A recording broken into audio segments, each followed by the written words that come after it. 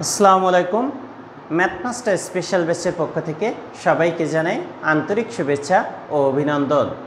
মুখস্থ নয়, দক্ষতা, সৃজনশীলতা, জ্ঞান ও নতুন দৃষ্টিভঙ্গি, অর্থাৎ নতুন কারিকুলামের মূল প্রতিপাদ্য যে বিষয় সেটা হচ্ছে মুখস্থ নয়, দক্ষতা, সৃজনশীলতা, জ্ঞান এবং নতুন দৃষ্টিভঙ্গি থাকতে হবে।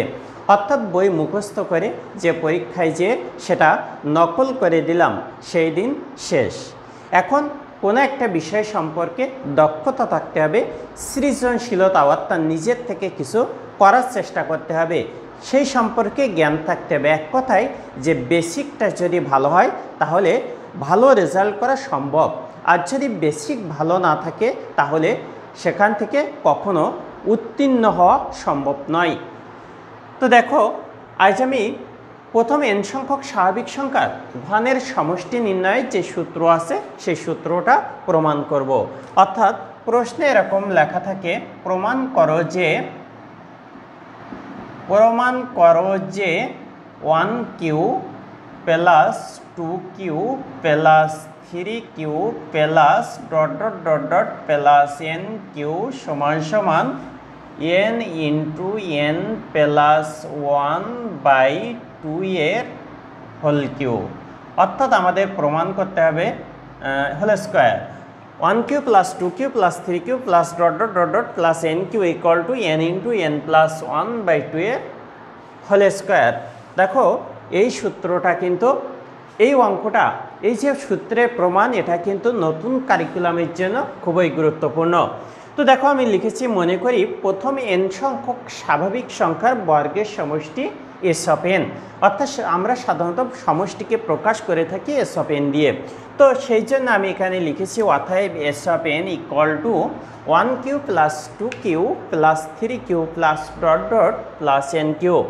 এখন দেখো, এখান থেকে এখানে আমাদের একটা সূত্র নিয়ে আসতে হবে। সূত্রটা কি? 4ab। যেহেতু এই n সংখ্যক স্বাভাবিক সংখ্যার ঘনের সমষ্টি সূত্র প্রমাণের জন্য আমাদের সূত্র নিয়ে আসতে হবে 4ab। তো আমরা জানি 4ab সমান সমান a প্লাস বি এর হোল স্কোয়ার মাইনাস এ মাইনাস বি এর হোল স্কোয়ার। তো দেখো, সেই সূত্রটা লিখেছি।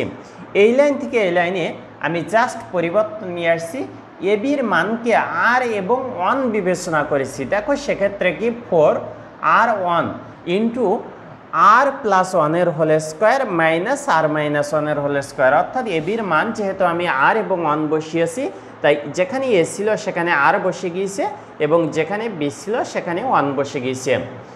এই লাইন থেকে এই লাইনে পরিবর্তন আসছে। দেখো, 4 এবং আর গুণ করলে 4r হয় এবং এ পাশে যেভাবে ছিল সেভাবে রেখে দিয়েছি।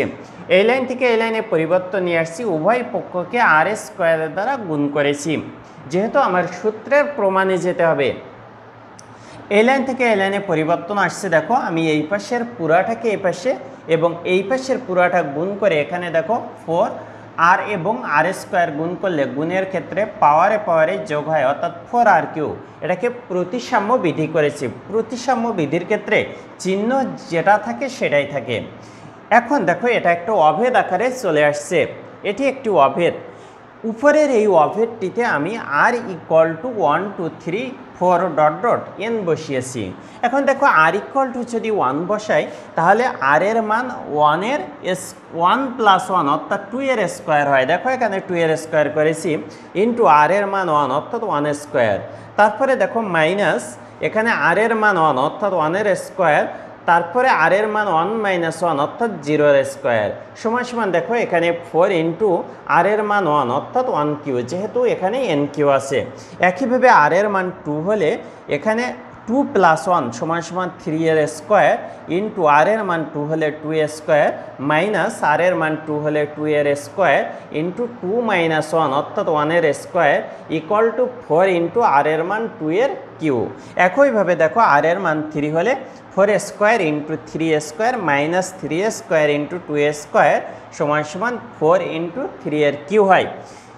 ঠিক তদরূপ আর এর মান যদি আমরা n ধরি, তো দেখো সেক্ষেত্রে আমরা এখানে হিসাব করতে পারবো না। সেক্ষেত্রে n প্লাস 1 হবে, n প্লাস 1 এর হোল স্কোয়ার ইন্টু আর এর মান n যেহেতু, তাই n স্কোয়ার সমান সমান আর এর মান এন হলে এন স্কোয়ার ইন্টু আর মাইনাস ওয়ানের জায়গায় এন মাইনাস ওয়ানের হোল স্কোয়ার হবে ইকুয়াল টু 4 ইন্টু আর কি আর এর কিউর জায়গায় কী হবে এন কিউ।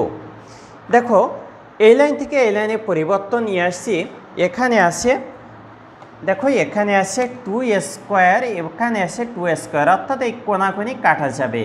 একইভাবে দেখো এখানে আসছে 3 স্কোয়ার, এখানে 3 স্কোয়ার, এই কোণাকুনি কাটা যাবে।